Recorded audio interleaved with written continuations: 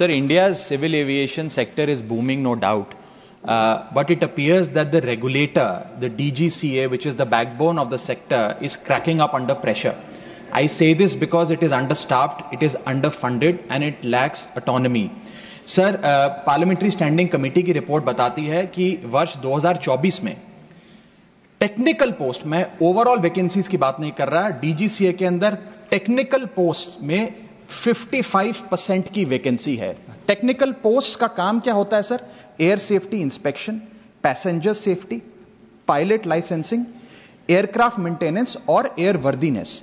Sir, ये shortage नहीं, ये क्राइसिस है। और मुझे लगता है sir, there is no, thank you sir, सवाल पे आ रहा हूं, that there is no margin of error in the skies. तो मेरा माननीय मंत्री जी से सर आपके माध्यम से सवाल है कि हम एक डीजीसीए को, सेबी जो एक फाइनेंशियल मार्केट का इंडिपेंडेंट रेगुलेटर है, और ट्राई जो टेलीकॉम सेक्टर का एक इंडिपेंडेंट रेगुलेटर है, ऐसा ही एक ऑटोनॉमस स्टैट्यूटरी बॉडी में क्यों नहीं तब्दील करते? और दूसरा, टेक्निकल पोस्ट की वैकेंसी कब तक भरी जाएगी? Sir, India's civil aviation sector is booming, no doubt. But it appears that the regulator, the DGCA, which is the backbone of the sector, is cracking up under pressure. I say this because it is understaffed, it is underfunded, and it lacks autonomy.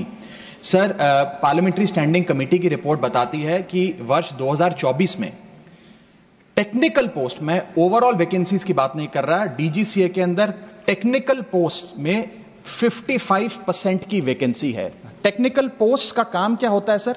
Air safety inspection, passenger safety, pilot licensing, aircraft maintenance और airworthiness. Sir, ये shortage नहीं, ये crisis है। और मुझे लगता है sir, there is no, thank you sir, सवाल पे आ रहा हूं, that there is no margin of error in the skies. तो मेरा माननीय मंत्री जी से सर आपके माध्यम से सवाल है कि हम एक डीजीसीए को, सेबी जो एक फाइनेंशियल मार्केट का इंडिपेंडेंट रेगुलेटर है, और ट्राई जो टेलीकॉम सेक्टर का एक इंडिपेंडेंट रेगुलेटर है, ऐसा ही एक ऑटोनॉमस स्टैट्यूटरी बॉडी में क्यों नहीं तब्दील करते? और दूसरा, टेक्निकल पोस्ट की वैकेंसी कब तक भरी जाएगी? Sir, India's civil aviation sector is booming, no doubt.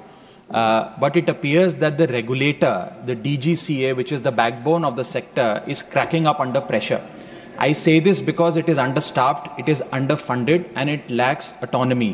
Sir, parliamentary standing committee की रिपोर्ट बताती है कि वर्ष 2024 में टेक्निकल पोस्ट, मैं ओवरऑल वैकेंसीज की बात नहीं कर रहा, डीजीसीए के अंदर टेक्निकल पोस्ट में 55% की वैकेंसी है।